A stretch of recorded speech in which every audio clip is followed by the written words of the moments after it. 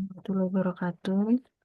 Saya Eka Rumhayati dengan NIM 2365190013. Di sini saya akan mempresentasikan tentang proposal tesis saya yang berjudulkan pengaruh ROA, GPM, DER, dan tingkat inflasi terhadap return saham dengan nilai tukar sebagai variabel moderasi pada perusahaan infrastruktur yang terdaftar dalam Bursa Efek Indonesia pada tahun 2019 sampai dengan 2023.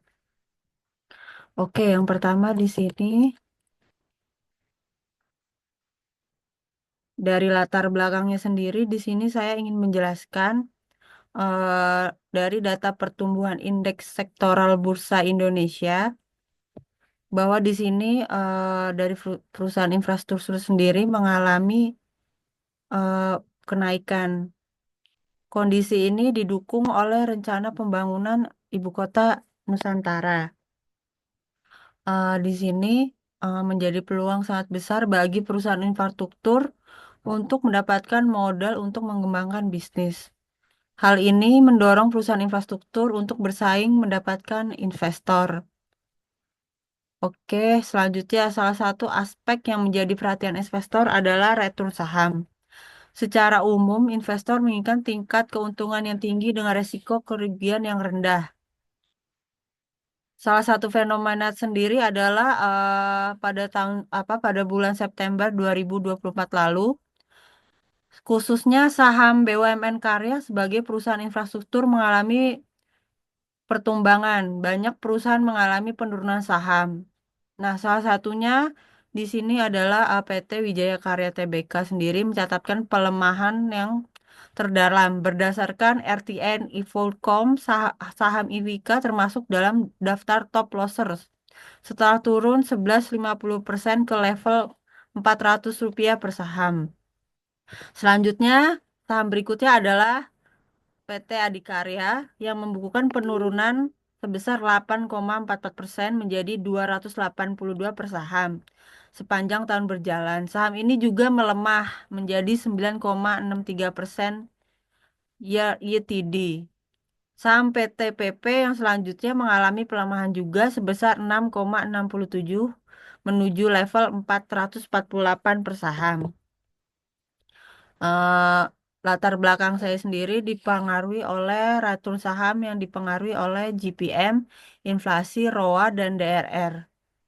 Walaupun begitu, belum terdapat penelitian yang mempengaruhi tersebut secara bersamaan dan masih terdapat inkonsistensi dari hasil penelitian-penelitian sebelumnya pada variabel-variabel tersebut.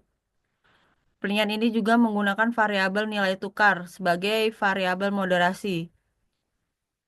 Pada pasar modal sebagai instrumen ekonomi sendiri tidak lepas pengaruh lingkungan baik lingkungan ekonomi maupun ekonomi. Pengaruh lingkungan ekonomi mikro seperti kinerja perusahaan dan ekonomi makro seperti nilai tukar selalu mendapat tanggapan pelaku pasar di pasar modal. Dari sini adapun rumusan masalah dan tujuan penelitian.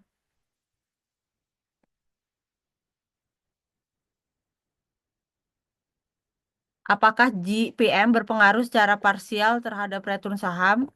Apakah DER atau Debt Equipment Ratio berpengaruh secara parsial terhadap return saham? Apakah tingkat inflasi berpengaruh secara parsial terhadap return saham? Apakah nilai tukar mampu memoderasi pengaruh ROA terhadap return saham? Apakah nilai tukar mampu memoderasi pengaruh GPM terhadap return saham? Apakah nilai tukar mampu memoderasi pengaruh DRR terhadap return saham? Dan yang terakhir, apakah nilai tukar mampu memoderasi pengaruh tingkat inflasi terhadap return saham? Selanjutnya adalah tinjauan pustaka. Jadi dari penelitian ini saya menggunakan signaling teori dan stakeholder teori. Bisa saya jelaskan di sini, adapun penjelasan signaling teori. Jadi signaling teori atau yang disebut dengan teori sinyal menjelaskan bahwa teori ini memberikan informasi terkait fenomena perusahaan yang bermanfaat bagi pihak penerima. Selanjutnya adalah stakeholder teori. Stakeholder teori merupakan perusahaan yang harus bertanggung jawab terhadap pemangku kepentingan. Selanjutnya, teori yang saya pakai dari tinjauan pustaka ini terdiri dari ROA, yaitu Return on Asset, yaitu rasio keuangan yang digunakan untuk mengukur efektivitas perusahaan dalam menggunakan asetnya untuk menghasilkan keuntungan. Selanjutnya ada GPM atau Gross Profit Margin yang digunakan untuk mengukur kemampuan perusahaan dalam menghasilkan laba kotor dari penjualannya. Selanjutnya adalah Debt to Equity Ratio yang atau disebut dengan kita kenal DER.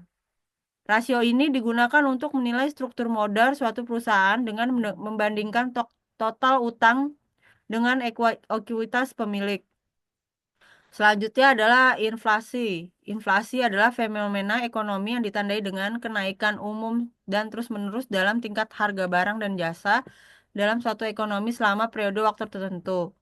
Inflasi merupakan situasi di mana harga-harga meningkat secara keseluruhan. Selanjutnya adalah nilai tukar. Nilai tukar merupakan harga mata uang suatu negara yang dinyatakan dalam mata uang negara lain. Dan yang terakhir adalah return saham adalah tingkat pengembalian. Return saham adalah selisih antara harga saham saat ini dan harga saham sebelumnya. Kemudian dibagi dengan harga saham sebelumnya, harga saham saat ini. Ini merupakan kerangka dan hipotesis. Di sini adalah ROA, GPM, DAR, dan tingkat inflasi sebagai H1, H2, H3, dan 4. Dan ada return saham. Dan nilai tukarnya sendiri adalah hipotesis 5, hipotesis 6, hipotesis 7, dan hipotesis 8. Untuk penjelasannya dari kerangka kerangka yang tadi, di sini ada H1, return on asset, apakah berpengaruh positif terhadap return saham. H2, gross profit margin, berpengaruh positif terhadap return saham. H3, debt to equity ratio, apakah berpengaruh positif terhadap return saham. Hipotesis yang keempat, tingkat inflasi berpengaruh positif terhadap return saham. Hipotesis 5, nilai tukar memoderasi pengaruh positif antara return on asset terhadap return saham. H6, nilai tukar memoderasi pengaruh positif antara GPM terhadap return saham. H7, nilai tukar memoderasi pengaruh positif antara DER terhadap return saham. H8, nilai tukar mampu memoderasi pengaruh inflasi terhadap return saham. Untuk selanjutnya adalah metode penelitian. Metode penelitian dari desain penelitian saya sendiri dilakukan termasuk penelitian kuantitatif kasual. Penelitian ini memiliki ruang lingkup penelitian cross-seksional dan time series. Dan selanjutnya adalah jenis data sekunder yang bersumber dari Bursa Efek Indonesia, Badan Pusat Statistik, website resmi Bank Indonesia, atau Yahoo Finance. Untuk populasi dan sampelnya sendiri, perusahaan populasi sendiri menggunakan perusahaan sektor infrastruktur yang terdaftar di Bursa Efek Indonesia pada tahun 2019 dan sampai dengan 2023. Teknik pengambilan sendiri yaitu teknik purposive sampling, yaitu perusahaan sektor infrastruktur yang terdaftar di BI selama periode 2019-2023. Perusahaan yang menerbitkan laporan tahunan secara lengkap sama periode 2019-2023 dan perusahaan yang menerbitkan laporan tahunan dengan mata uang rupiah. Untuk teknik analisis datanya menggunakan moderate regression analysis dan menggunakan aplikasi Ifuse. Di sini menggunakan statistik deskriptif, uji asumsi klasik, nanti juga kita ada pemilihan model yaitu FEM, CM, dan RM. Oke, untuk selanjutnya adalah penggunaan variabel. Di sini ada ROA, GPM, DER, tingkat inflasi, nilai tukar, dan return saham. Mungkin sekian presentasi dari saya. Assalamualaikum warahmatullahi wabarakatuh.